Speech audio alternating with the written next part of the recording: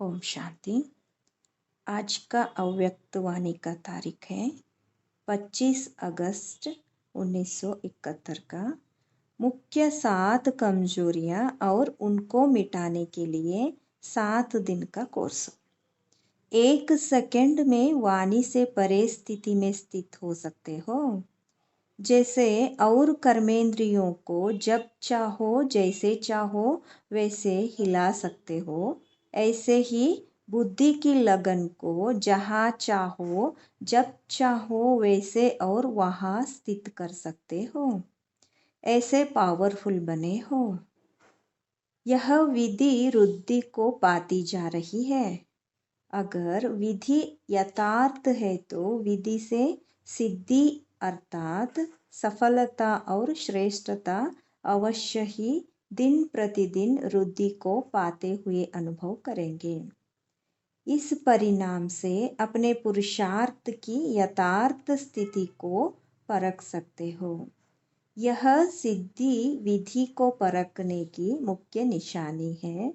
कोई भी बात को परखने के लिए निशानियां होती है, तो इस निशानी से अपने संपूर्ण बुद्धि की निशानी को परख सकते हो। आजकल जो पुरुषार्थियों का चल रहा है, उसमें मुख्य कमजोरियां कौन सी दिखाई देती है? एक तो स्मृति में समर्थि नहीं रही है। सेकंड, दृष्टि में दिव्यता व अलौकिकता यथाशक्ति नंबरवार आई हुई है। तीसरा, वृत्ति में विल पावर न होने का कारण वृत्ति एक रस न हो चंचल होती है। फोर्थ, निराकारी अवस्था का अटेंशन कम होने के कारण मुख्य विकार देह अभिमान, काम और क्रोध, इन तीनों का वार समय प्रति समय होता रहता है। फिफ्थ, संगठन में रहते व संपर्क में आते वायुमंडल वाइब्रेशन अपना इम्प्रेशन डालता है। सिक्स्थ, अव्यक्त फरिश्तेपन की स्थिति कम होने कारण अच्छी व बुरी बातों की फीलिंग आने से फेल हो जाते हैं। अब लास्ट 7th वन, अपनी याद की यात्रा से संतुष्ट कम। यह है पुरुषार्थियों के पुरुषार्थ की नंबरवार रिजल्ट। अब इन 7 बातों को मिटाने के लिए फिर से 7 दिन का कोर्स करना पड़े। इन 7 बातों को सामने रख 7 दिन का कोर्स जो औरों को कराते हो, वह अपने आप को रिवाइज कराना। जैसे मुरलियों को रिवाइज कर रहे हो, तो रिवाइज करने से नवीनता और शक्ति बढ़ने का अनुभव करते हो। ऐसे अब एकांत में बैठ अमृत वेले जो 7 बातें सुनाई, उन पर एक एक बात का निवारण हर दिन के पाठ में कैसे समाया हुआ है, वह मनन करके मक्खन अर्थात सार निकालना और आपस में लेन देन करना।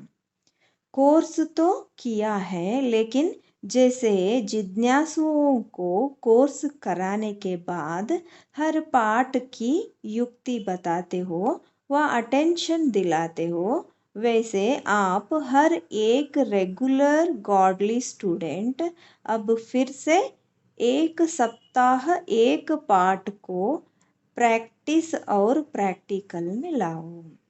जैसे साप्ताहिक पाठ करते हैं ना, आप लोग भी सर्विस में पवित्रता सप्ताह व शांति सप्ताह प्रोग्राम रखते हो ना, वैसे ही अपनी प्रोग्रेस के लिए हर पाठ का साप्ताहिक पाठ प्रैक्टिकल और प्रैक्टिस में लाओ। तो रिवाइज होने से क्या होगा? सफलता समीप, सहज और स्पष्ट दिखाई देगी। तो श्रेष्ठ तो बन ही जाएंगे। अपने आप को हर संकल्प व कर्म में महान बनाने के लिए सभी से सहज युक्ति की 3 बातें सुनाओ। मन वचन कर्म में महानता के लिए ही पूछ रहे हैं। महान बनने के लिए एक तो अपने को पुरानी दुनिया में मेहमान समझो। दूसरी बात, जो भी संकल्प व कर्म करते हो तो महान अंतर को बुद्धि में रख संकल्प और कर्म करो। तीसरी बात कि बाप के व अपने दैवी परिवार की हर आत्मा के गुण और श्रेष्ठ कर्तव्य की महिमा करते रहो। अभी फर्स्ट वन मेहमान, सेकंड महान अंतर और थर्ड महिमा। यह 3 बातें चलती रहे तो जो 7 कमियां है वह समाप्त हो जाए।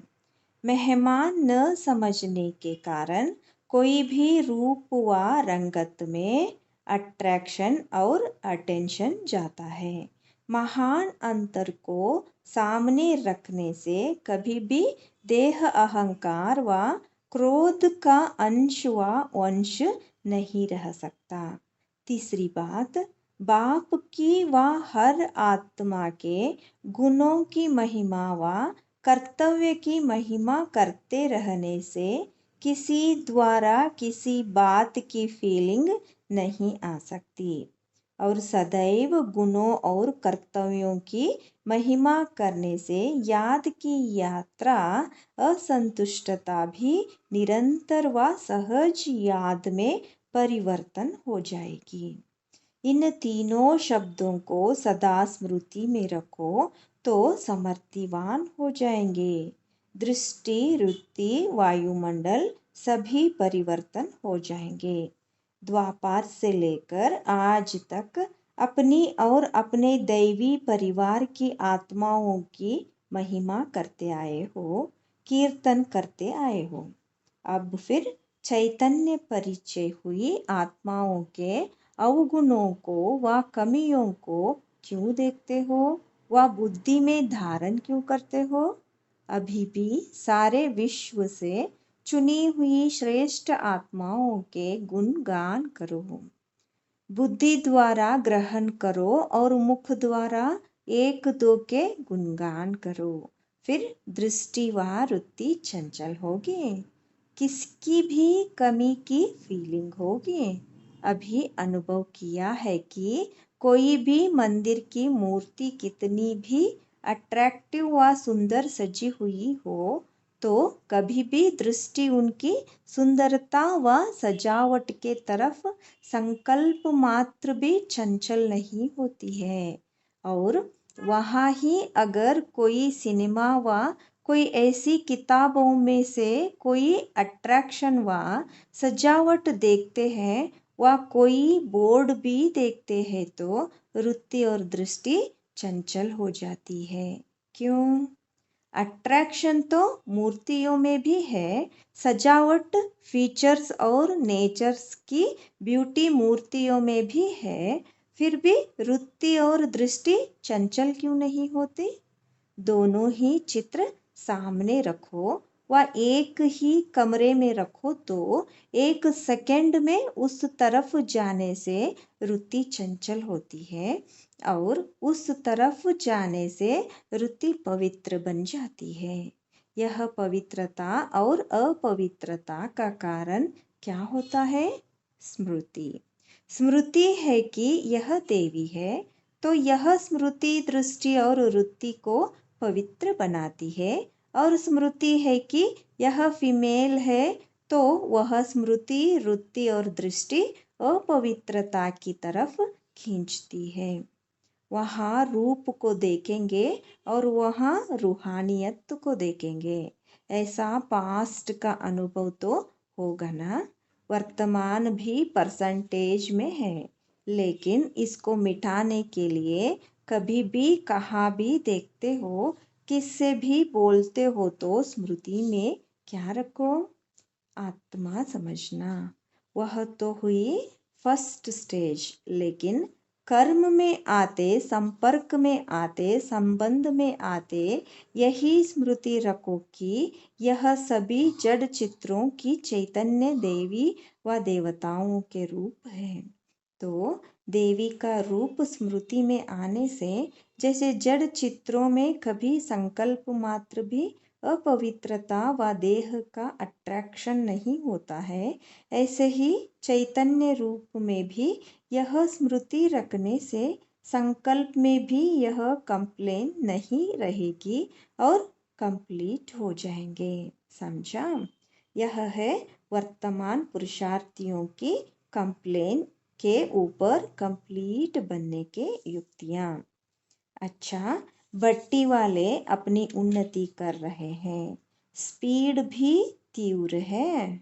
ऐसी नहीं कि समाप्ति के बाद नीचे उतरते स्पीड कम हो जाए, ऐसा ही पुरुषार्थ कर रहे हो ना। अच्छा, ओम शांति। धन्यवाद बाबा।